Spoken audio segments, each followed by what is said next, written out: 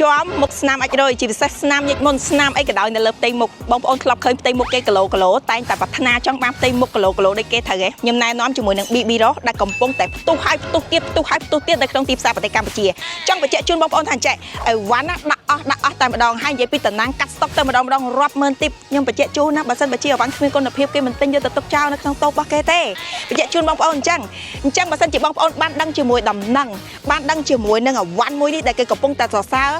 តគ្នាថាលាបហើយចូលមុខស្មូតស្អាតបែកញើសមកអត់ហូរប្រតិបត្តិតាមជើងសក់អត់ឡើងជាប់អត់ឡើងស្នាមបែកអាចរុយអីហ្នឹងណាធ្វើការទិញសាក់ម្ដងទៅហើយចង់បញ្ជាក់ជូនបងប្អូនថាចេះសម្រាប់អ្នកដែលគាត់ធ្លាប់ប្រើផលិតផលខុសធ្លាប់ប្រើ BB ខុសកន្លងមកលាបទៅចេះតែជាប់បែកស្នាមអាចរុយតាមកតុយភ្នែកជាពិសេសអ្នកអាតាមក្រោមអ្នកលាបយូរទៅស្មូតស្បែកណា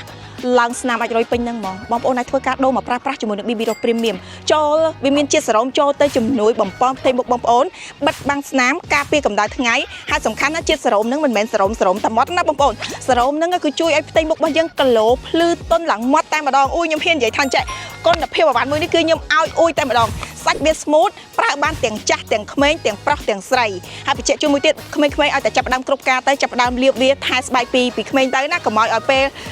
ពីក្មេងលាបផលិតផលផ្ដេសផ្ដាស់ដល់តែពេលខូចមុខអស់មកចាប់ផ្ដើមនឹកឃើញថែមកវិញកុំអញ្ចឹងឲ្យសោះនេះគុណភាពបងប្អូនហើយផ្អើលស្រុកខ្មែរតែម្ដងផ្ទុះក៏ក្រាក់មែនតែម្ដងរត់តែអវ៉ាន់លក់អត់មានណាចាអញ្ចឹងបងប្អូនណាគៀកចូលឆ្នាំខ្មែរហើយធ្វើការទិញអាហើយទៅចាជាងគេកំពុងតែមានការប្រម៉ូសិនបងប្អូនយក5ដបគឺថែមជូនម្ដងណាបងប្អូនណាយកម្ដបក៏បានដែរបើសិនបើជាអត់តន់ហ៊ានចំណាយលុយច្រើនចាចំណាយតែម្ដបធានាហ្មងបងប្អូនបកមកទិញ5ដបវិញខ្ញុំនិយាយមែនទេណាឡប្រើអត់បងឡប្រើអត់